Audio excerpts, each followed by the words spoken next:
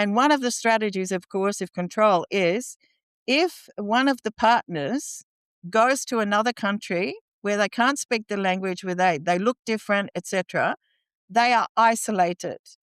Isolation is one of the strongest strategies of coercive control, okay? And that isolation strategy is used within the church as well, within the Moonies, okay? Because you go overseas to another mission country.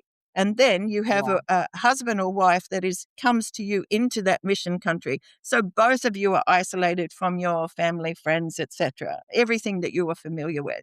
So isolation is a very, very powerful strategy, and it works to great. It works very, very well. Trigger warning, this podcast contains mature themes and discussions of cults, manipulation, and trauma. Listener discretion is advised. Welcome to Cultimatum, the culture of cults and human trafficking, where we expose the dark side of control, manipulation, and the human stories behind them. I'm Anonymous Andrew, executive producer and investigator into cult dynamics and coercive control. And I'm Melody, a cult survivor and advocate for awareness and healing. This is Cultimatum.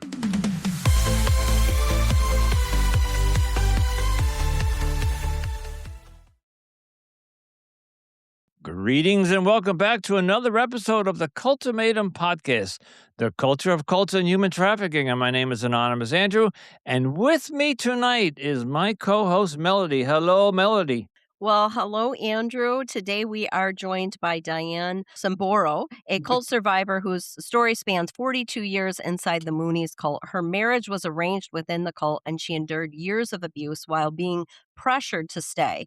Both of her daughters were born into this environment, deepening the challenges she faced. Since leaving, Dianne has turned her experience into purpose. She now facilitates 2 support groups in Australia, one for former members of cults and the other for families of loved ones who are still in cults. Using her knowledge of coercive control and behavioral profiling, she helps others to understand, heal, and reclaim their own lives. Dianne, welcome to Cultimatum. Thank you so much. Very, very happy to be here. Yeah. Yes, We're welcome. excited to have you. Mhm. Absolutely. So, 42 years.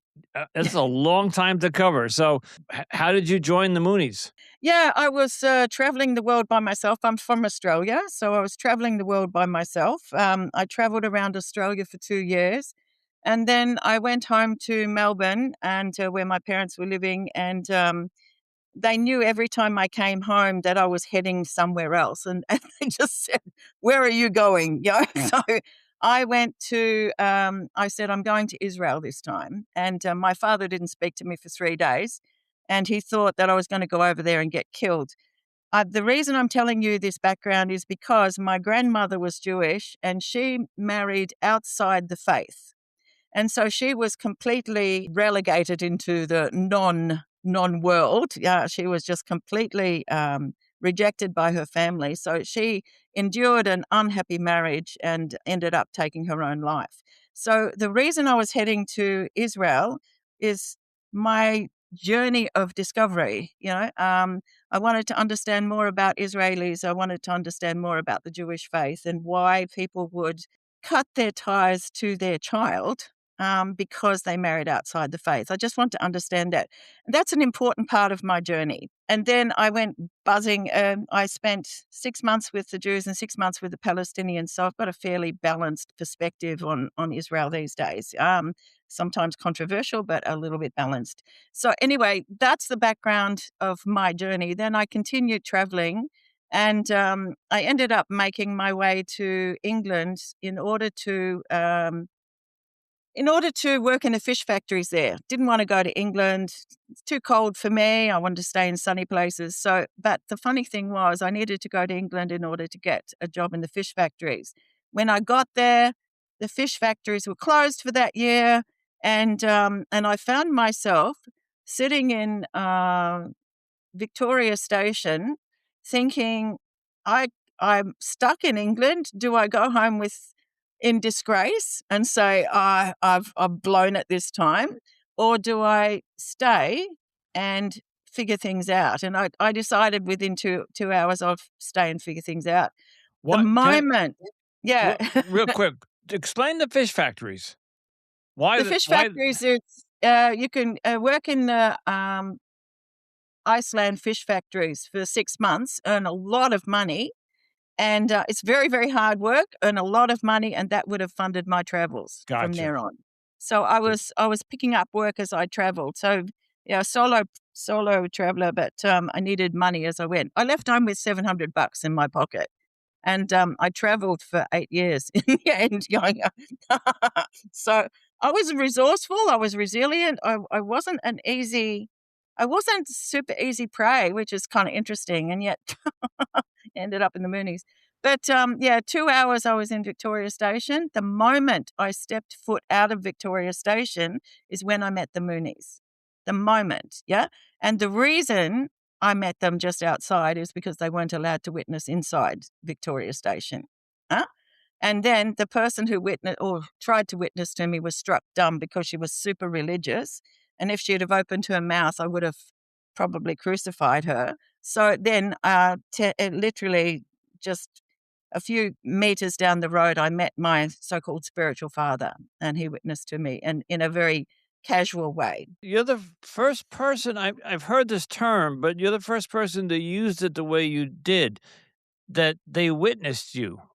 Explain what that means. Witnessing is what we used to do. Like basically, you're looking for potential members, and so you're witnessing is talking about God in general. Okay, you're witnessing your belief basically. Okay. But for me, if someone had done that, if spoken about God straight away, I probably would have hightailed it down the road.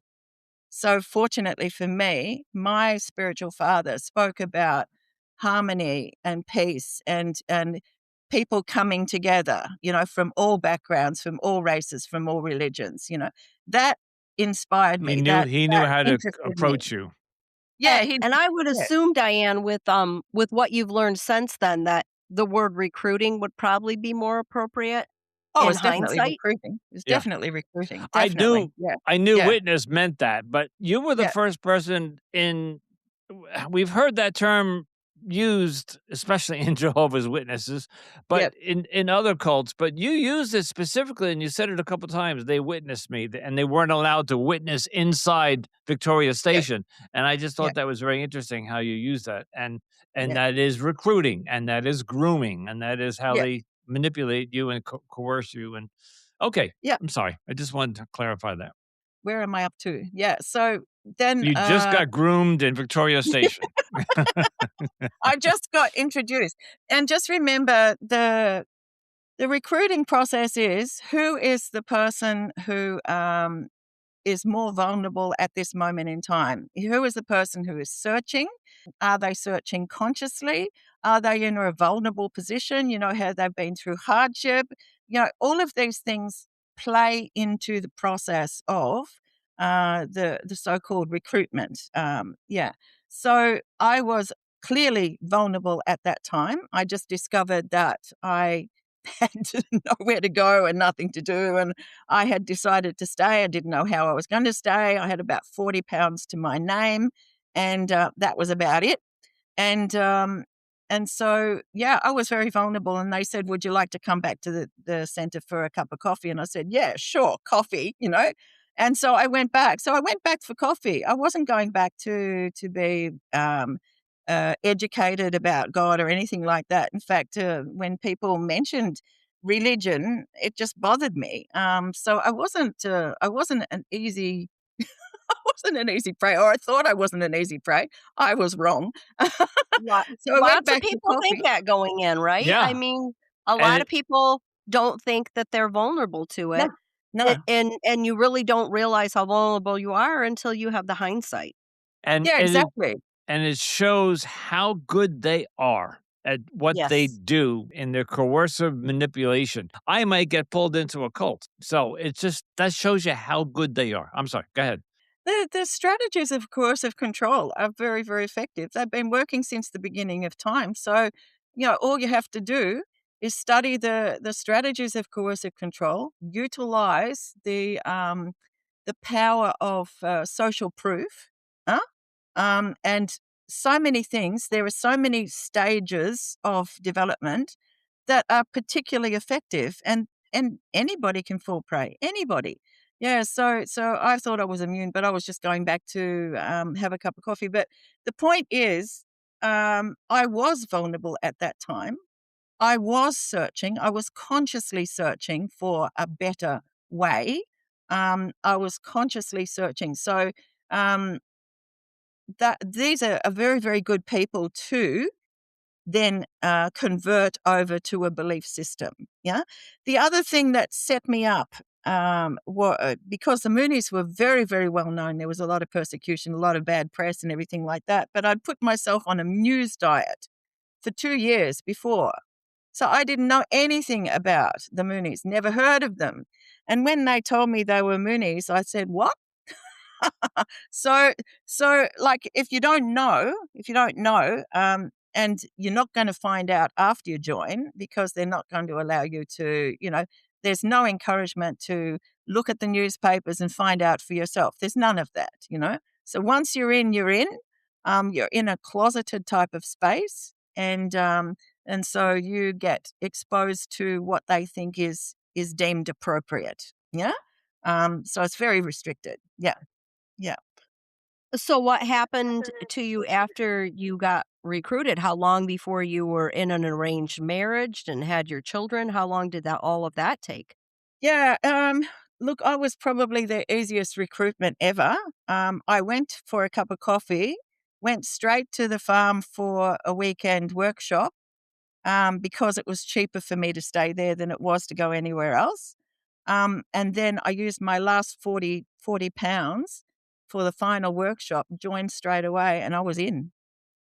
So as far as I'm concerned, I think that I was their easiest recruitment, but they also didn't take me very seriously. Right. They were happy to have me. They were happy to have me. And then how long was it before I was matched? I was not interested in getting married, was not interested in the slightest shape or form. Not at Did they care that you weren't interested? They didn't tell me that that was my role Ah, until I was well and truly in, well and truly in. right.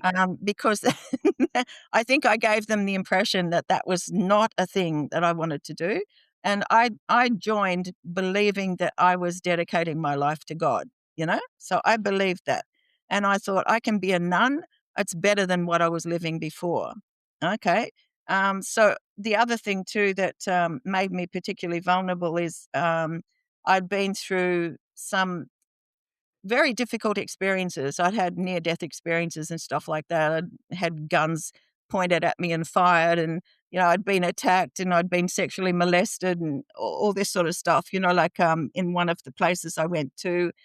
So I'd had all sorts of experiences. I'd seen some really awful things. I'd been to countries where I'd seen some really tragic things. Yeah.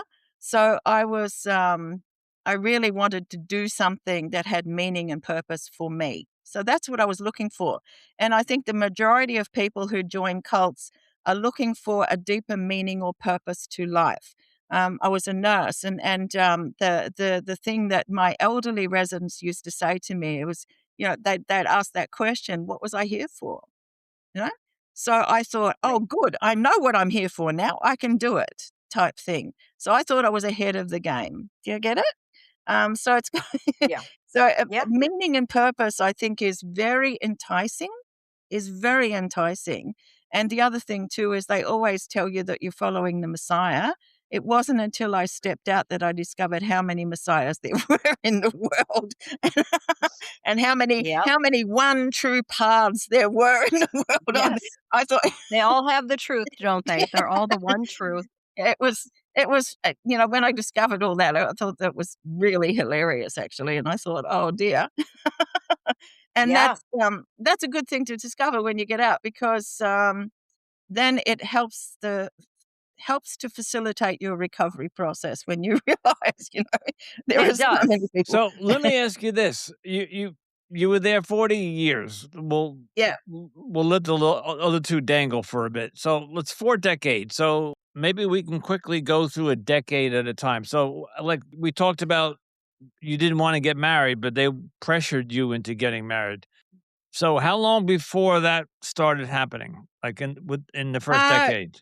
I found out within 1 year Okay. that people the role of you is to get married and establish an ideal family, what they called an Procreate. ideal family. And I thought, nah, not for me. And I was 1 year, but then in 2 years into the church, it became this is our responsibility. It is voluntary, like you have to volunteer for it, but it's also coerced as well, And just remember social proof, the power of social proof. If everybody is doing it and everybody says this is the way to go, then you don't want to be the only person who says, nah, not me. Do you know what I mean? Yeah. So Oh, social yeah. proof is a very powerful tool used by cults.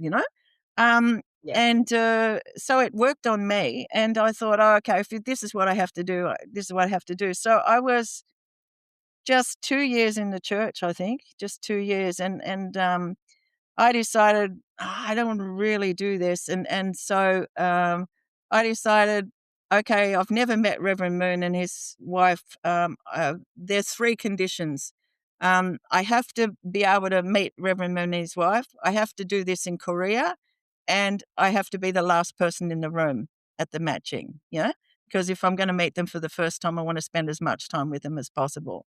And I thought those 3 things are never gonna happen, and all 3 things did happen, and I ended up on a plane all the way over to Korea for this matching. I was one of the last people in the room, and I was matched to an African guy, and, I wanted to be matched to African because anyway, I'm not gonna tell you all this stuff.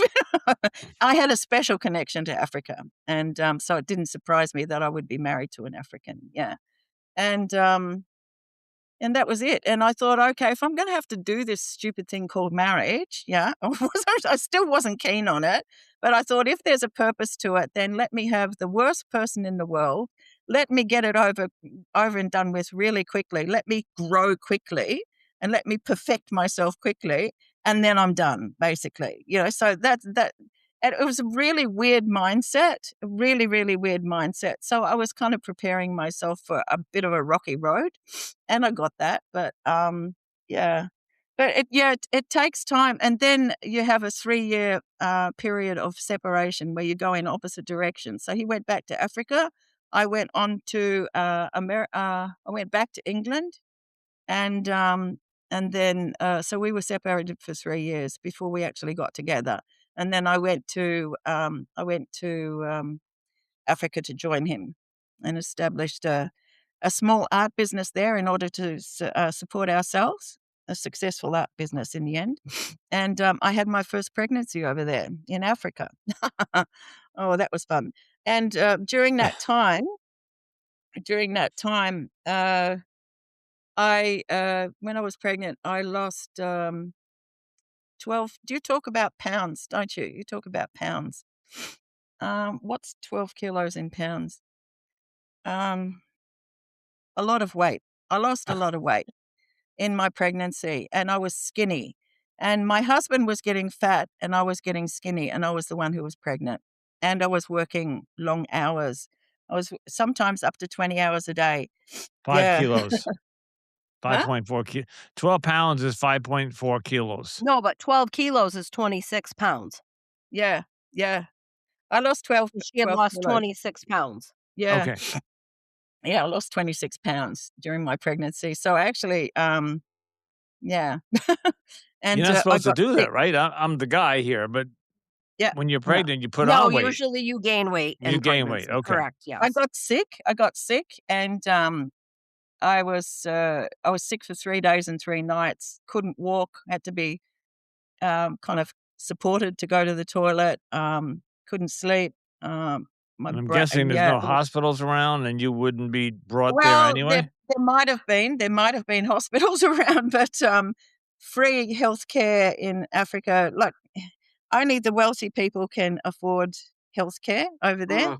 Um, only the wealthy people can afford to pay for a prescription over there. You can get a free script, but so I discovered all of those things, and the very day that, the first time I lost all that weight, and then I went to the free clinic for the first time to check for my pregnancy. I'd already had a miscarriage once, and I handled that myself. Didn't go and see anybody, and then I got that. I got sick, and anyway, I lost all that weight. Finally, went to the free clinic for the first time. I was the only white woman there, and everybody was a bit shocked.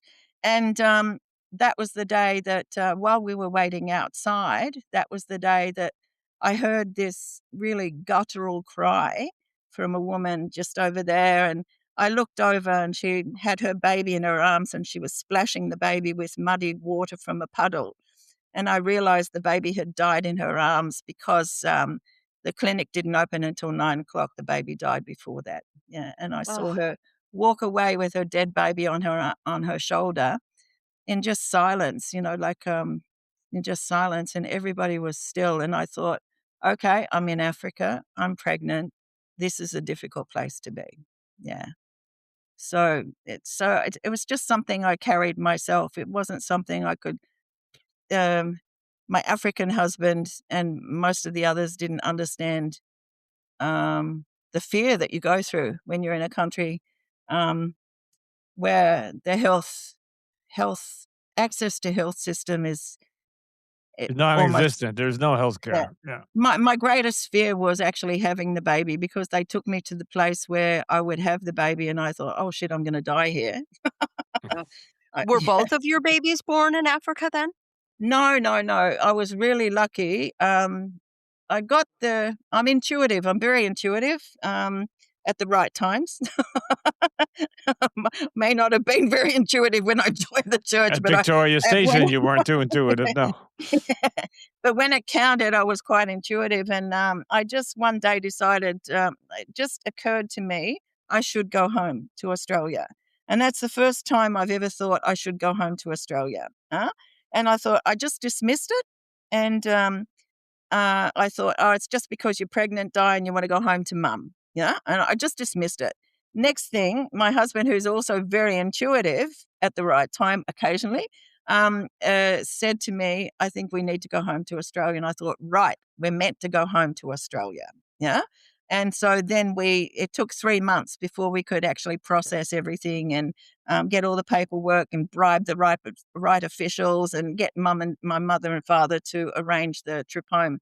And it was a 12-day journey home. We had to go over to Nigeria to get a a tourist visa for my husband. That was the closest Australian embassy.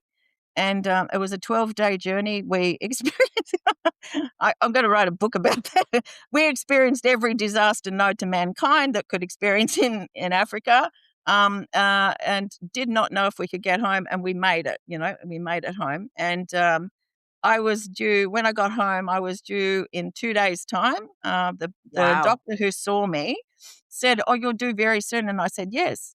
And he said, "Oh my God, you're due in 2 days." And I said, "Yes." They saw me on the aeroplane.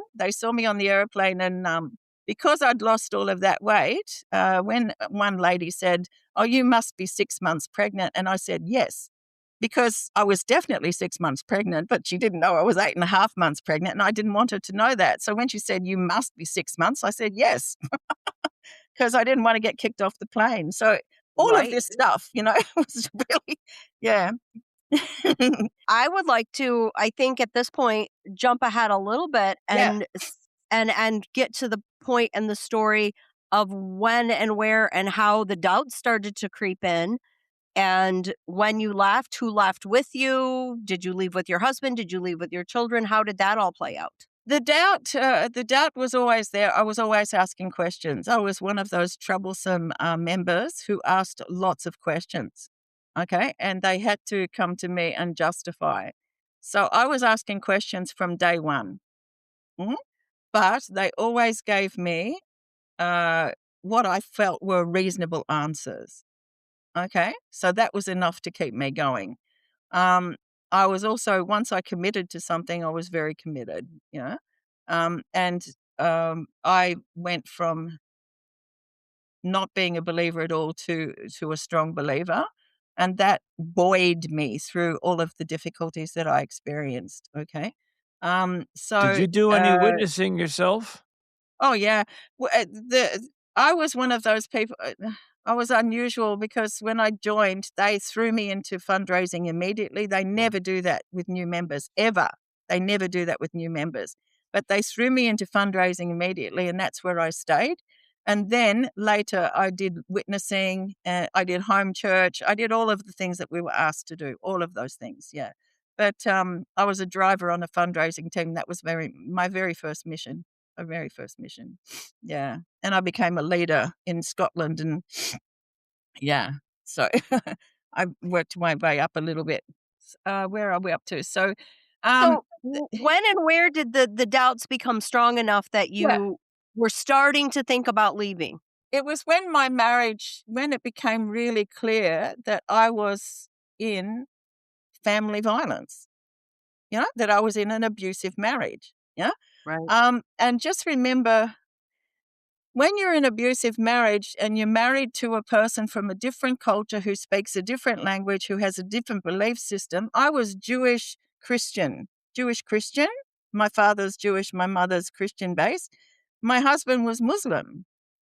So we're black, white, and we were from different countries. We were raised in different environments.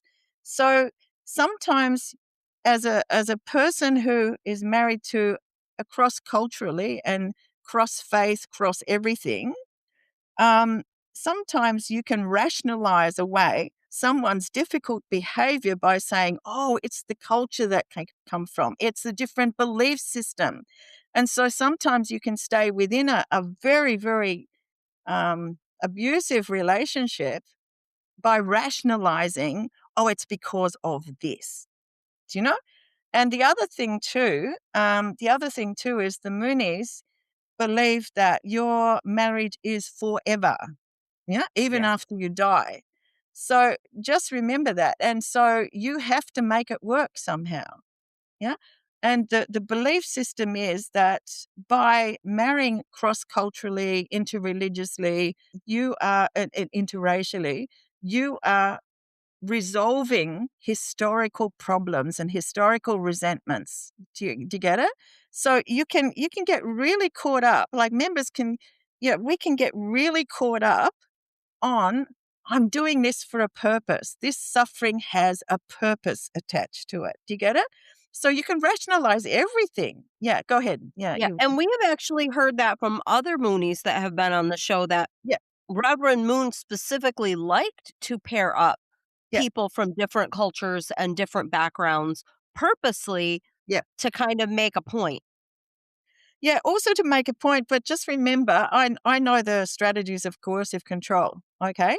And one of the strategies of coercive control is if one of the partners goes to another country where they can't speak the language, where they look different, etc., they are isolated.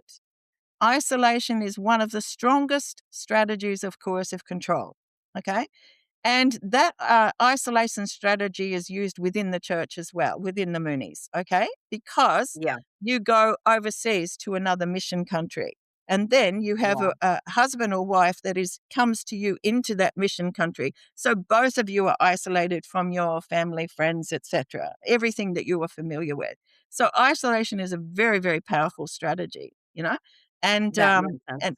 and it works to great. It works very, very well. But what you said, like matching people together from warring backgrounds or from places where there's a um, lot of restoration to take place in order to create peace and harmony. A lot, yeah.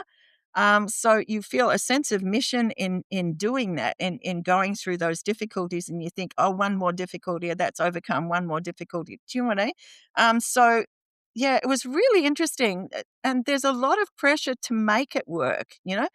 And the problem is the pressure is on the woman, and that's what really annoyed the hell out of me. Was the pressure was on the woman. So when I said, this is a very difficult marriage, and I started talking about it openly. At first, I just persevered, but then I started talking about it. I wanted to see what people would say, And they basically said, you've got to make it work. And I thought, why do I have to make this work? And there's also a quote. Oh, God, I wish I could find the quote for you. It's really terrible. We'll be right back after a quick break. Don't go anywhere. More Cultimatum is coming up. Reverend Moon spoke about if your husband fails, like if he does the wrong thing, the people responsible for that failure are the wife and the children. And I was so annoyed. I highlighted that quote and I thought, I don't like you for this. I don't understand why it's the your wife and the fault children. that he Huh? fails. Yeah, It's your fault. exactly. Exactly. So that's the other thing I really didn't like about the church. So I decided, okay, I don't like this. I can see other women going through the similar thing to me. I don't agree with this. I'm going to speak up about it. So I started giving, and they were foolish enough to give me opportunities to give sermons in my church. And I started speaking about, and I also went to other religions. We used to talk to other religions and go to their churches and support them. And in those churches, I used to speak about family violence and the fact that you can't make a marriage work if there's family violence within it. Staying doesn't help to resolve the situation. The only way you can resolve it is for the couple to separate and then work on themselves individually with a system of support. And if possible, they can come back together if there is a resolution, if there is behavioral change. If there's not, better to stay away. Okay? But you don't want to perpetuate this cycle. Go ahead. Yeah. Following Melody's time frame, because I know where she wants to go. Yeah. About what age were the children at this point, and did he hurt the children? He threatened the children.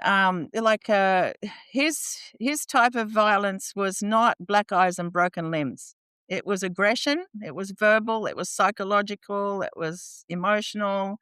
It was spiritual. It was everything, but not black eyes and broken limbs. Okay. I still, there was abuse behind closed doors that I will not disclose the details of because my children might listen to this. But it didn't impact my children. It impacted me. Yeah. There was all of that, and it was his aggression. Like walking on eggshells. Not wanting to go home. Everything I did was wrong. Like everything, all that stuff, the usual stuff. So finally, I saw him throw something at my daughter just past her ear and it crashed against the wall behind her. And I just thought, nah, that's it. I'm done. Yeah. No matter what the church thinks about it, I'm done. And it was at that point that I took 12 months to formulate a way to leave safely. Yeah. And take my girls with me. So I gave him the house, I gave him the car, I gave him the furniture, I gave him everything. We took 2 beds and the computer for my girls' homework for the 3 of us. Yeah. And we just left and I did a rental and stuff like that. And this was in Australia? Yep. And were your girls teenagers at this point or younger? 14 and 16, I think they were. Yeah. And he goes back to Africa? No, he's still in Australia. He likes it here. Oh. Yeah. So he's living in the family home still. Yeah. And I just handed everything over to him because I thought I wanted to be able to take my girls with me. I didn't want them to have to stay in an environment where they would become the target of his anger and his aggression. Yeah. So I wanted to be able to get out with my girls. And so we became the people who were moving around. And I started giving sermons about, family violence. I started speaking up about it. I started to try to change the attitudes within the belief, within the movement. I didn't succeed, obviously. I did succeed with the young kids. The young kids liked what I was saying because they thought they could see the the sense of it because they were the victims of all of this stuff that was going on So you around were them. still in the Yeah. Moonies preaching Yes, to the I am. Moonies. Yeah. Yeah, I was preaching at them. God, really. Yeah. So I was a little bit of a problem probably for them. Yeah, but I'm okay with that, And I even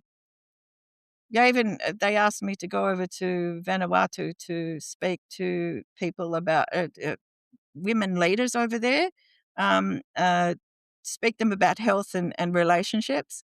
And when the two leaders left the room, I started speaking honestly about relationships because I found out about what was going on over there for the women too. There was family Yeah. violence, etc. And I said, "This is my relationship," and I spoke about abuse, and then I just thought I didn't know how that would pan out, and I went and sat under a tree quietly after I'd finished all of that, and the women one by one came over to me and started disclosing what sort of experiences they had had.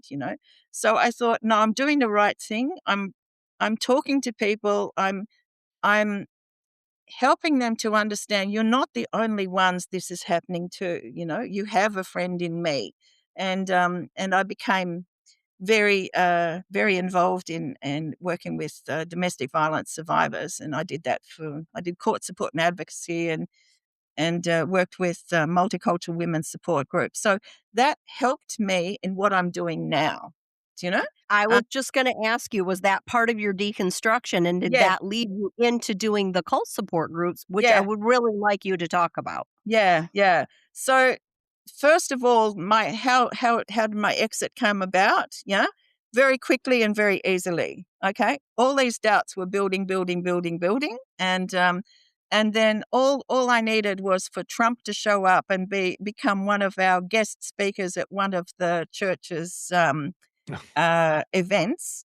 They paid him $2.5 million, and I was out. I was out. I wrote a Oof. letter. I wrote a letter saying I cannot stay within a movement that where my beliefs, values, and morals are violated by this man's involvement. I And cannot. about what year was that? I was just going to say, yeah, that had to be 2015-ish, 16, 17. This was 4 years ago. Yeah. Oh, okay. Later Yeah, Oh, than four so years that. ago. Okay. you're still Yeah. recently out Yeah, then. very recently. Yeah. So Yep. when they asked him to be the keynote speaker at their event, yeah, I was out. I was out. I just said, "No, can't do it." So And then this they was asked for at money. his second presidency, not his, Yeah, or yeah, yeah, yeah, yeah. yeah. Wow. So Trump did a good thing. I have to thank him for one thing. I hate the man, but I have to thank him for one thing. He got me out. Got you Okay, out. Yeah. he got There me you go. out. Oh, So God. yeah. And it was really quick. Now all I did was write a letter. I wrote 2 letters, and that was it. And said, "Don't send me any more emails. Don't take me off any database. I don't want to know you." Okay. And I was very, very definite. I've maintained some relationship with some of the members, but only those who I can speak honestly and openly with. I still So, respect their part of the church. That's okay. That's their choice.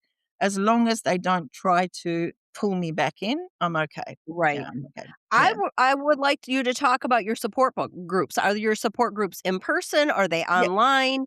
Um, They're I would. online. They're They're online. online. Yeah, and Okay. we have COVID to thank for that because the online groups, I know they're not as intimate, and then the dynamic is not as wonderful. I really love in-person groups, but um, the point is that makes your reach far far greater. It You know, does. so It we've does. got people from um, across Australia, but also internationally if people want to zoom in. So I like that. I like that. There's So no is it a limitation. Facebook support group? Is it a It's my website? Zoom. I've got a Zoom account. Yeah, so I've got my Oh, own Zoom okay, so account. it's through So I use Zoom. that for my other groups as well. Yeah, and so because I had run support groups for some years, and I had a lot of experience of that, and plus also my knowledge of coercive control and the strategies of coercive control, and they discovered that I thought my knowledge of coercive control on my way out of the Moonies was facilitating my recovery. It sped it up, basically. So my recovery was, I think it was fairly straightforward, I think because I had gone through so much in processing leaving my marriage. Yeah. Right. And I think That once makes you've sense. been through some sort of difficult journey like that, then the next journey is just a little bit easier, because you can already relate to some of the difficulties and the challenges that you might have to go through. And also the belief changes that you might have to go through. Okay. I So, have a silly question, and no, I don't often preface my questions by the word silly, but I don't know. And this is one of those situations where, not being a cult survivor, people may not know. You got married by Reverend Moon, correct? yeah, In yeah, Korea. yeah. Is that a legal, considered binding marriage globally, internationally? Number one. And number two, where do you get divorced? Did you get divorced? Do you have to get divorced? Was that a binding marriage? Or can you just say, we're not married anymore because Reverend Moon married us? I don't understand how that works. Yeah, so the actual marriages that Reverend Moon performed are not legal as such. Okay. Okay, I regarded that as more binding than my actual legal marriage. But that was me. But you still had to go out and get legally married.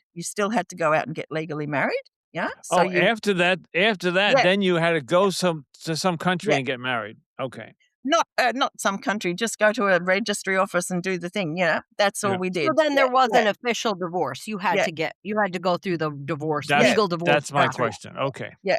Yeah, but the other thing, uh, Reverend Moon did perform some legal marriages. So there was one in, I think, Washington, that they actually gave him permission to perform legal marriage. So no one had to go to the registry office after that one. But that Okay. was the only one that I know of. Okay, all of the others, they still had to go through the registry office.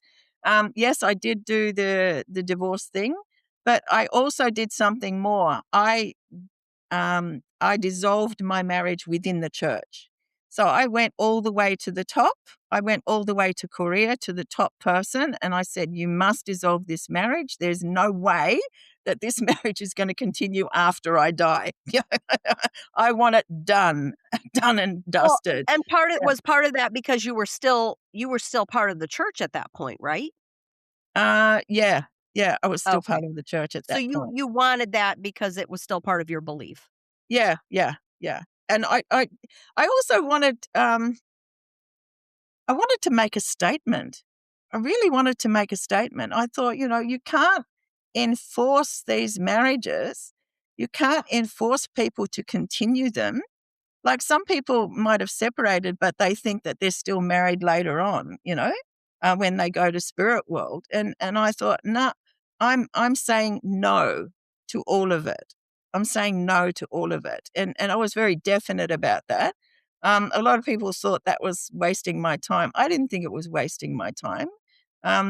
Yeah, so one of the things that Reverend Moon said was the first thing that happens when you die and go to spirit world is that God will ask you to make love to your husband or wife. Huh? And I said, I said to God, "Don't you dare ask that of me. It's never going to happen." I was cranky. I was cranky as hell. So I've had these conversations with God as well. My relationship to God is kind of interesting.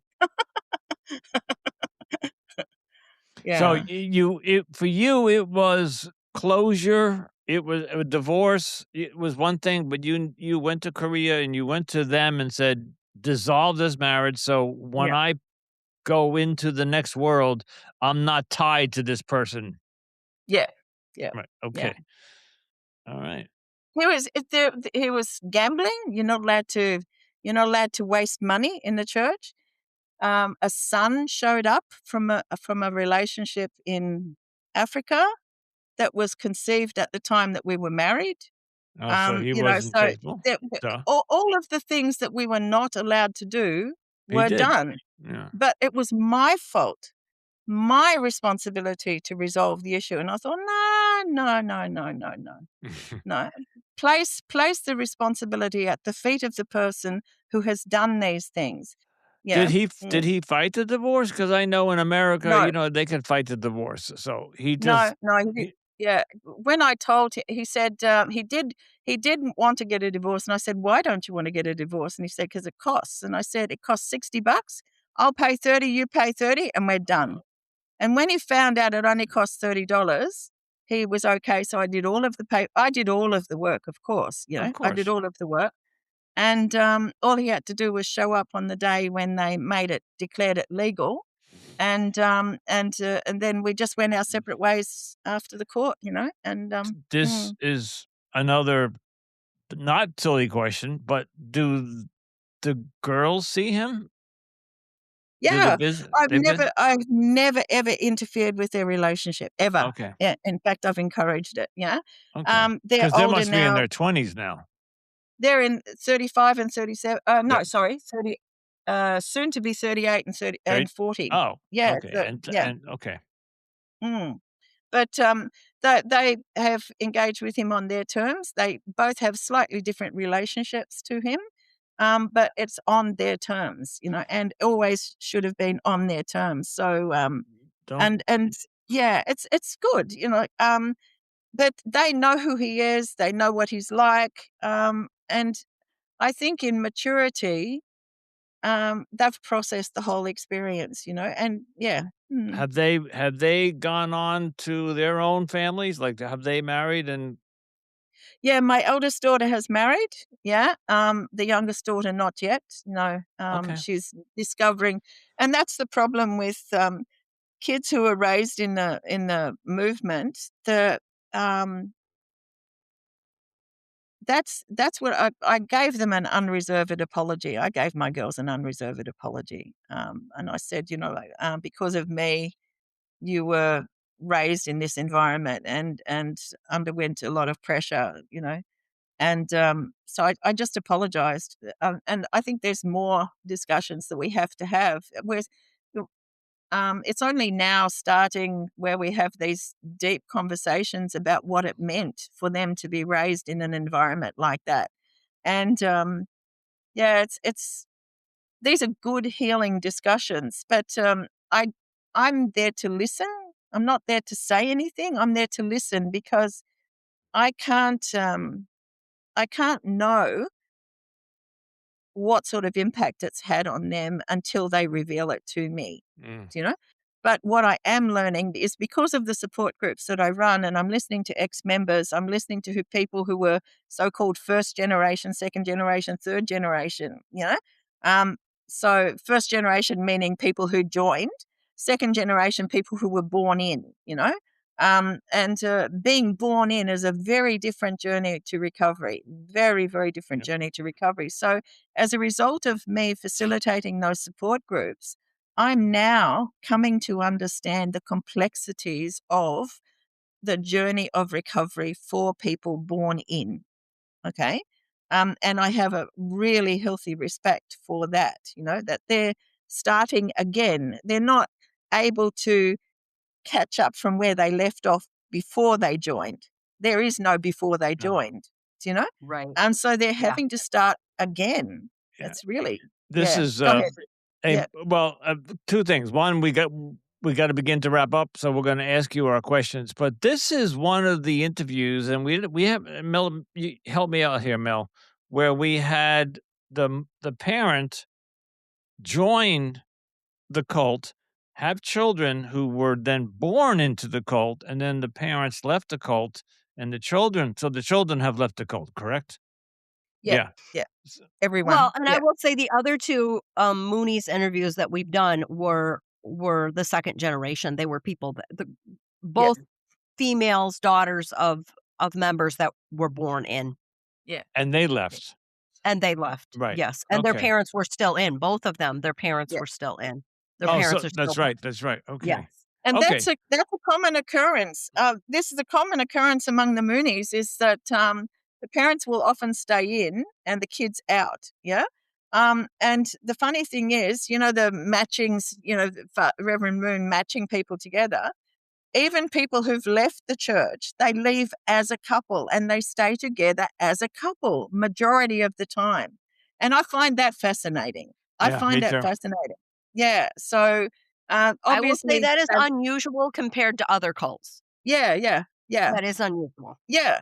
There's a few unusual things, I would say so. Yeah. Did I'm going to ask you your question in a second. Is there? Did I hear that you wrote a book, or is there?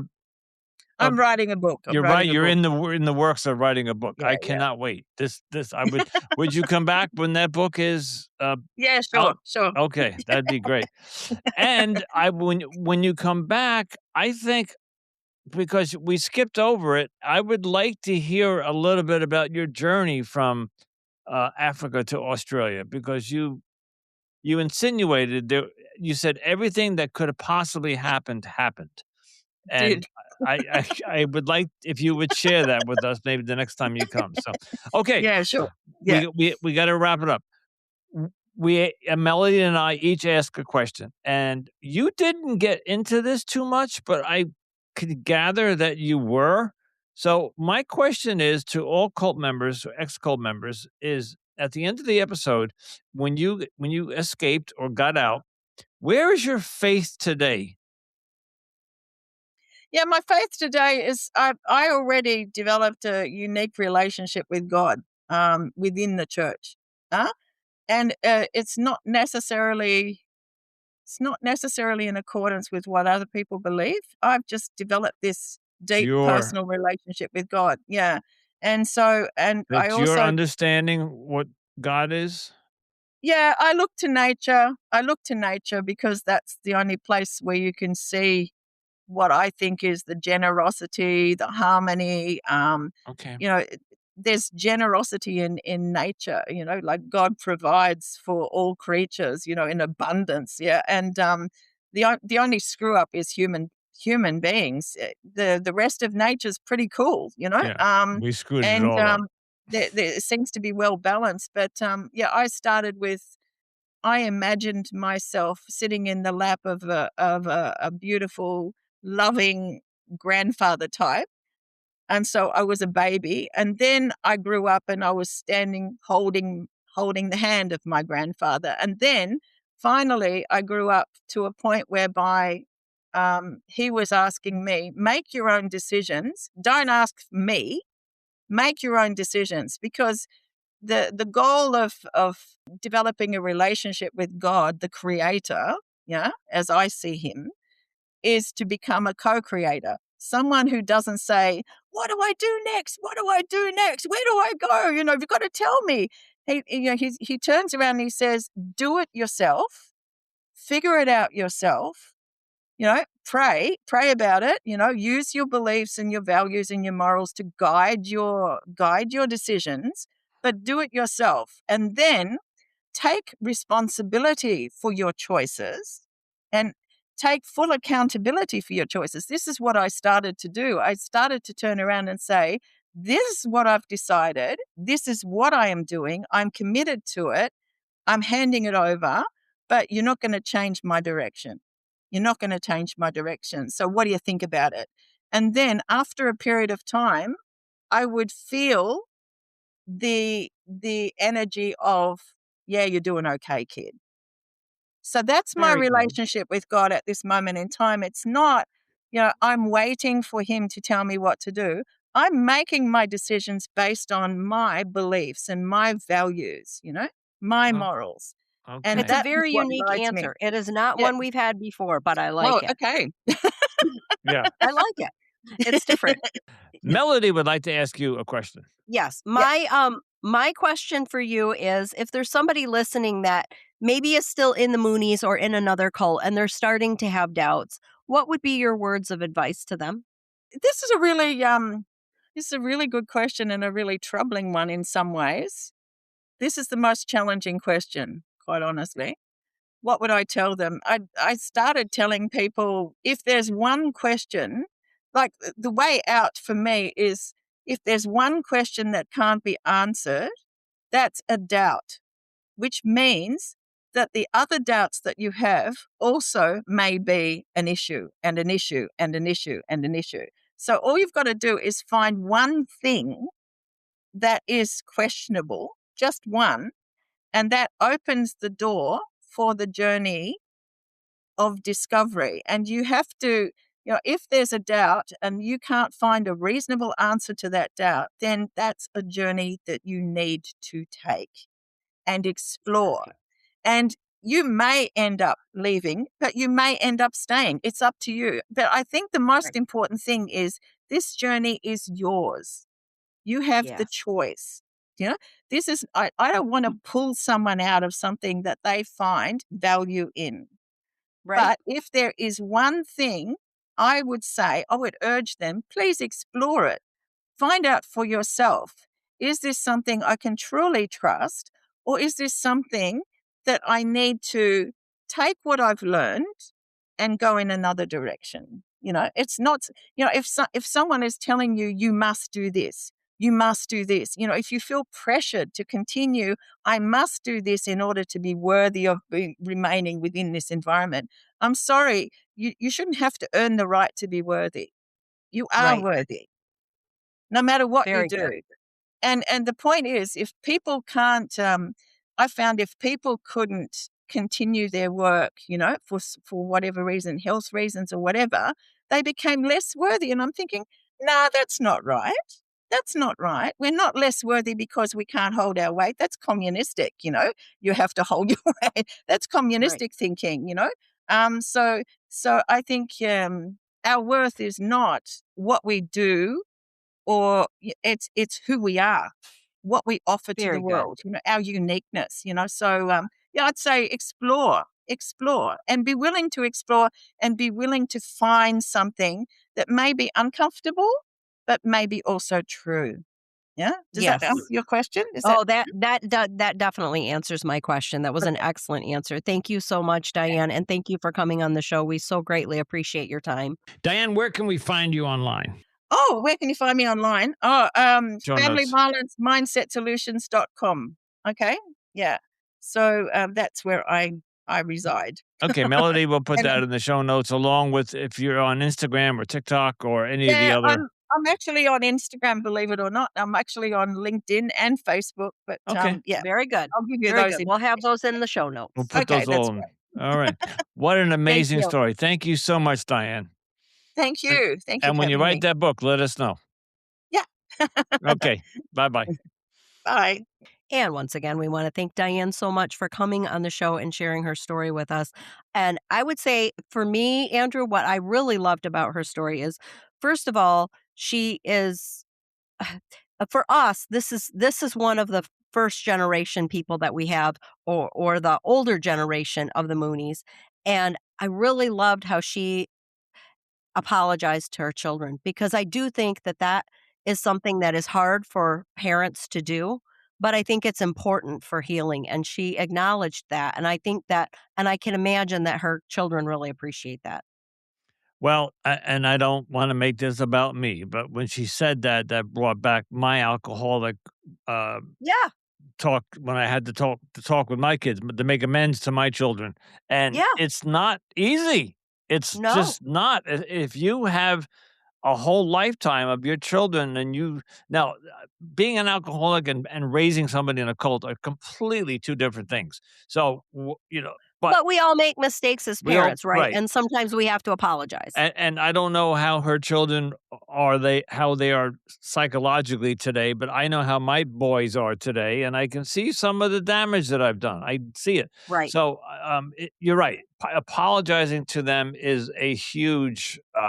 It's a huge step toward healing, and it's a huge step not only just toward allowing them to heal, but to heal your relationship with them as well. Absolutely. Now, there's one thing I did want to say, and I hope Diane appreciates this, but when she came on and we began to talk to her, we talked about people who are like there's nobody immune to being sucked Right. into a cult, right?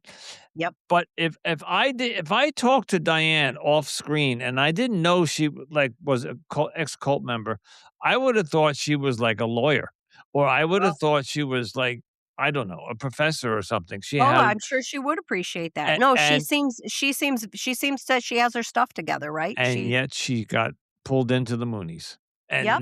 that's what this show is partly about, is that it just like, and I say it to myself, I said it during the podcast, even Yep. myself, even after 112 episodes, I think that if I was in the wrong place at the wrong time and my mental status was not healthy, I could Right. possibly join something that I think was embrace me, and next thing I know, Yep. I'm in a cult, you know? So, Yeah.